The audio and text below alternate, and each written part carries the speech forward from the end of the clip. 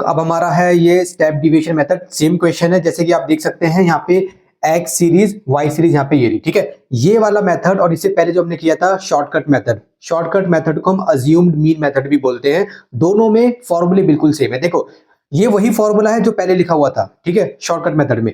उस फॉर्मूले में इस फॉर्मूले में फर्क क्या है, जहां जहां पे आपको देखो ये फॉर्मूला, यहाँ पे आपको बस ये लगा देना dash dash dash dash dash dash dash dash. अब इससे होगा क्या, देखो आपने इसमें क्या करा है, बस देखो शॉर्टकट मेथड में आप ये बनाते थे dx और dx बनाते थे, ठीक है, और आप dx का स्क्वायर निकालते थे, dy बनाते थे, dy का स्क्वायर निकालते थे, फिर आप ये निकालते थे। आपने क्या करा, dx dx डैश का स्क्वायर, y है dy डैश dy डैश का स्क्वायर, और ये क्या है dx dash dot dy dash, ठीक है।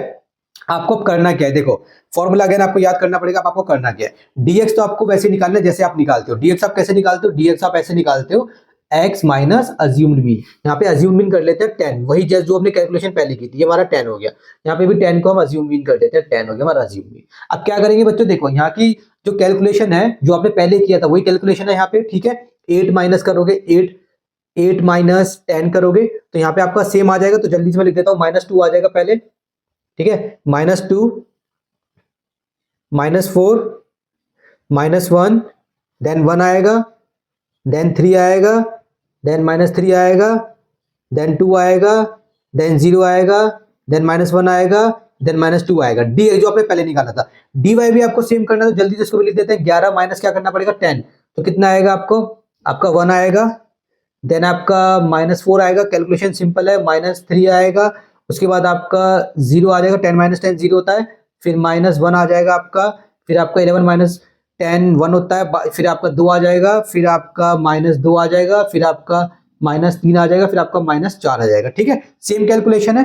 अब देखिए बच्चों ये यहाँ पे खेल शुरू होता है कि सर ये क्या है, dx डैश, dx डैश कुछ नहीं होता, dx जो आपका आंसर आया dx, उसको आप डिवाइड करते हैं c से, c बोलते हैं कॉमन डिफरेंस, c बोलो या कुछ भी बोलो, कॉमन डिफरेंस। कॉमन डिफरेंस क्या होता है बच्चों, आपको ये जो मान लो x सीरीज दी गई है इसके बीच का कॉमन डिफरेंस देख लो, या जो dx दिया गया है dx के बीच का कॉमन डिफरेंस देख लो। लेकिन क्या होता है कुछ क्वेश्चंस में वो कॉमन डिफरेंस सेम नहीं होता, ठीक है। अगर सेम है, फॉर एग्जांपल इन सबके बीच में कॉमन डिफरेंस होता सेम, मान लो सबके बीच में 2 2 का डिफरेंस होता, तो मैं क्या करता, यहाँ पे मैं dx को 2 2 से सबसे डिवाइड कर देता। इससे होता क्या है, इससे वही कैलकुलेशन आपकी शॉर्ट हो जाती है बेसिकली। देखो जब आप इसको सबको 2 2 से डिवाइड कर रहे हो तो आपके आंसर में कोई फर्क नहीं आएगा, बस आपकी कैलकुलेशन शॉर्ट हो जाएगी।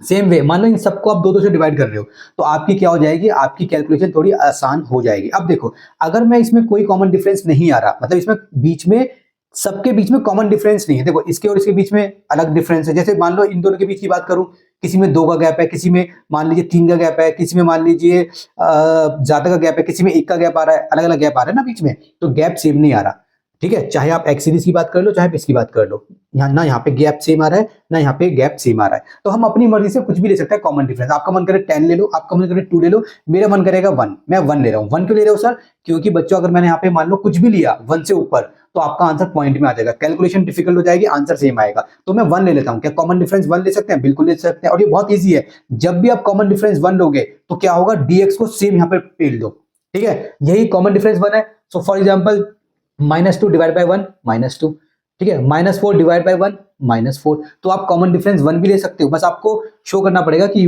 आपने यहाँ पे कॉमन डिफरेंस 1 लिया है, ठीक है। तो यहाँ पे आप कॉमन डिफरेंस 1 ले सकते हो। यहाँ पे आप नीचे शॉर्ट में ऐसे दिखा सकते हो, फॉर एग्जाम्पल आप ऐसे दिखा दो, dx ये है, dx अपॉन में c इक्वल्स टू -2 अपॉन में 1, ठीक है, इस तरीके से आप दिखा दो। और यहाँ पे आप लिख सकते हो कॉमन डिफरेंस इक्वल्स टू 1, यहाँ पे आप दिखा सकते हो कि मैंने कॉमन डिफरेंस 1 लिया है, कोई गलत नहीं करेगा, ठीक है, ऐसे ही कर दो। और अगर आप ये क्वेश्चन सॉल्व करते हो, ठीक है, अब देखो मैं कॉमन डिफरेंस 1 ले रहा हूं क्योंकि इजी बन जाएगा। अगर मान लीजिए पेपर में क्वेश्चन आता है, आप स्टेप डिवीजन मेथड करते हो, तो पहले यहाँ पे देख लेना। नॉर्मली क्या होगा कि नॉर्मली वो आपको ऐसा क्वेश्चन देंगे जिससे कि आपको इजी बन जाए, ठीक है। तो यहाँ पे मान लीजिए 10 10 का गैप आ रहा है, तो यहाँ पे मान लीजिए सब में 10 10 का गैप आ रहा होता, तो 20 की जगह मान लो आप 10 से डिवाइड करते, मान लो यहाँ पे 20 होता, फॉर एग्जांपल ऐसे होता 20 30 40 ऐसे होता फॉर एग्जांपल। तो 10 10 का गैप आ रहा है, तो 20 को आप 10 से डिवाइड करते तो आपका 2 बन जाता, 30 को आप 10 से डिवाइड करते तो आपका 3 बन जाता, 40 को आप 10 से डिवाइड करते तो आपका 4 बन जाता, ठीक है। फिर आपको इसी का आपको स्क्वायर करना पड़ता है ना, 2 का स्क्वायर 4, 3 का स्क्वायर 9, तो बहुत इजी बन जाता आपका, कैलकुलेशन आपकी शॉर्ट हो जाती। तो कॉमन डिफरेंस लेने का हमारा पर्पस क्या होता है, कैलकुलेशन को इजी बनाना। मगर यहाँ पे मेरे को सबसे अच्छा कॉमन डिफरेंस लग रहा है 1, तो मैं यहाँ पे 1 ले रहा हूँ। तो 1 लेने से होगा क्या, सेम सेम आ जाएगा। -2, -4, -1, 1, 3, -3, 2, 0, -1, -2, ठीक है। यहाँ पे भी सेम सेम आ जाएगा। डी है 1, -4, -3, 0, -1, 1, 2, -2, -3, -4, समझ में आ गया। अब इसी का आपको स्क्वायर कर देना है ना। तो आपका क्या आ जाएगा, जो इसका आना था वो इसका आ जाएगा आपका। इसको स्क्वायर कर दो, कितना आ जाएगा आपका 4, ठीक है। 16, 1, 1, 9, 9, 4, 0, 1, 2 ऐसे आ जाएगा।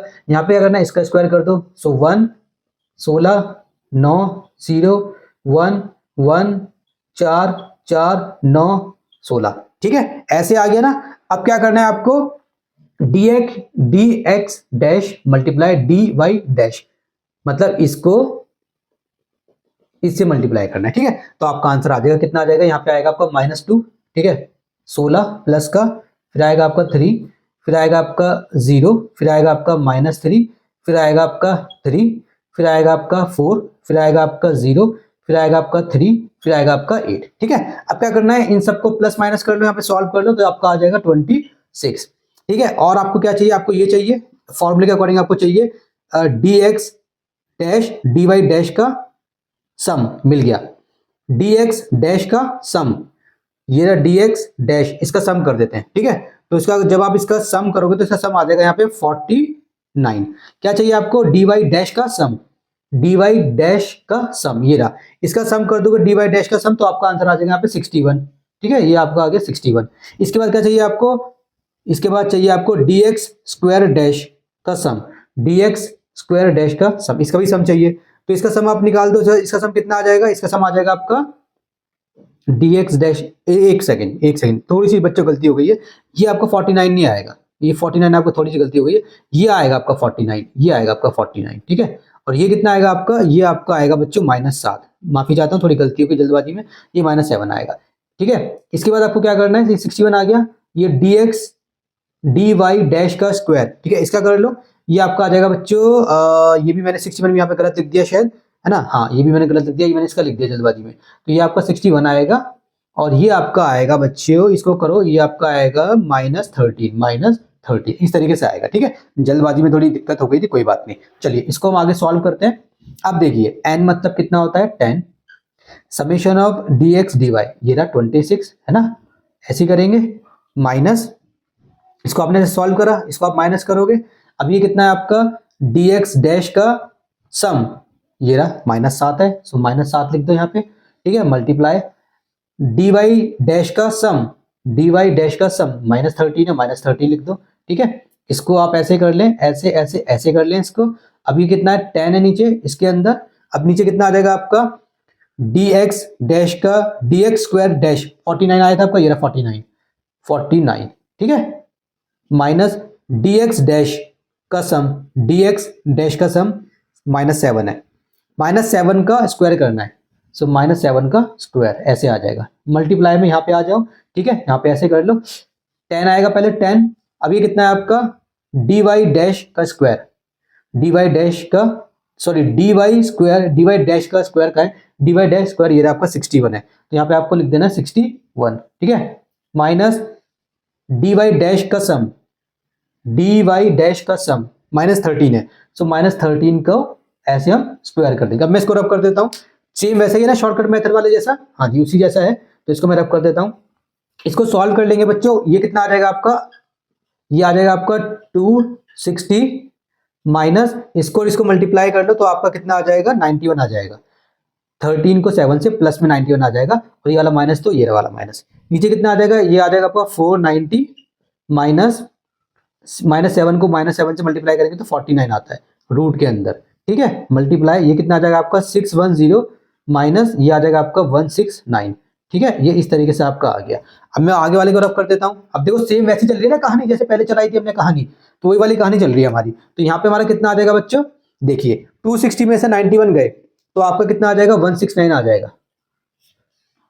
490 में से 49 गए 441, ठीक है। इसमें से 6 10 में से 169 गए, 441, तो कितना हो जाएगा 169 अपॉन में 441, और ये आपको सॉल्व करना है तो आपका आंसर कितना आ जाएगा 0.383। तो ये आपका आंसर आ गया।